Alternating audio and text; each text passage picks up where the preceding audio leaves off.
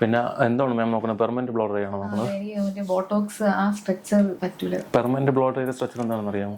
പറഞ്ഞേക്കാട്ടെ. Permanent ബ്ലോഡർ എന്ന് പറയുന്നത് നമ്മളിപ്പം ഈ സ്റ്റാൻഡ് മുതൽ ഈ സ്റ്റാൻഡ് വരെയാണ് എടുക്കണമെങ്കിൽ ഇവിടെ നിന്ന് ഇതുവരെ സ്ട്രൈറ്റ് ചെയ്യും. സ്മൂത്തനിങ് ക്രീം യൂസ് ചെയ്ത് ഇവിടെ നിന്ന് ഇതുവരെ സ്മൂത്തനിങ് ചെയ്തിട്ട് അത് ഇവിടെ കുറച്ച് വോളിയം കിട്ടും. നിങ്ങളൊരു 2 ഹെയർ കട്ട് അല്ലെങ്കിൽ 3 ഹെയർ കട്ട് അത് കഴിയുമ്പോഴത്തേക്കും ഈ ഹെയർ ഇത്രയും വെട്ടിപ്പോകും. ഇപ്പൊ ഇത് സ്ട്രൈറ്റ് ആയിരിക്കും. ഉള്ള കാലം ഇത് സ്ട്രൈറ്റ് ലുക്ക് തന്നെ ആയിരിക്കും. പിന്നെ നിങ്ങൾ റൂട്ട് ചെയ്ത് വരുമ്പോഴത്തേക്കും ഈ വെട്ടിക്കഴിഞ്ഞാൽ ബാക്കി ഹെയർ പെർമനന്റ്ലി സ്ട്രൈറ്റ് ആയിരിക്കും.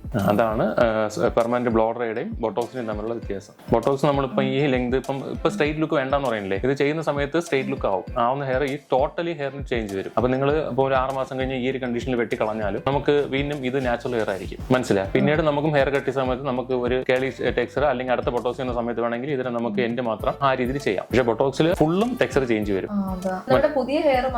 പുതിയ ഹെയർ വരുമ്പോഴത്തേക്കും നിങ്ങൾ ഇത് സ്ട്രൈറ്റ് ആകുമ്പോൾ നിങ്ങൾക്ക് ഇത് റൂട്ട് ചെയ്തേ പറ്റുള്ളൂ.